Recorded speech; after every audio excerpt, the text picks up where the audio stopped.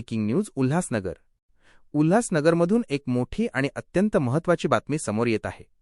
10 दिवसांपूर्वी झालेल्या जीवघेण्या हल्ल्यात गंभीर जखमी झालेले राष्ट्रवादी काँग्रेसचे पदाधिकारी रणजित गायकवाड यांचा आज उपचारादरम्यान मृत्यू झाला आहे. उल्हासनगर कॅम्प क्र. 4 मधील संभाजी चौक सायंकाळी सुमारे 6 वाजता दुचाकीवरून प्रवास करत असताना 2 ते 3 अज्ञात हल्लेखोरांनी धारदार शस्त्रांनी त्यांच्यावर हल्ला चढवला होता. डोक्याला गंभीर दुखापत झाल्याने त्यांना पुढील उपचारांसाठी मुंबईतील जे रुग्णालयात दाखल केले होते, जिथे 10 दिवसांच्या अथक उपचारानंतरही त्यांची मृत्यूशी झुंज अपयशी ठरली. या हल्ल्यामागे पूर्ववैमनस्य असल्याचा प्राथमिक संशय व्यक्त करण्यात येत आहे. पोलिसांची तत्पर कारवाई.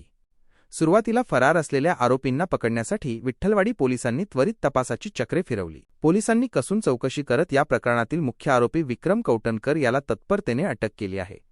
यशस्वी कारवाई करणारे अधिकारी वरिष्ठ पोलीस निरीक्षक सिनियर पीआय कोळीसाहेब, गोडसेसाहेब, गुन्हेगारी शाखा पोलीस निरीक्षक, क्राईम पीआय आणि डी.बी. यांच्या पथकानेही महत्त्वपूर्ण कारवाई यशस्वी केली. रणजित गायकवाड यांच्या निधनानंतर या प्रकरणात आता हत्येचा गुन्हा मर्डर केस दाखल करण्यात आला आहे.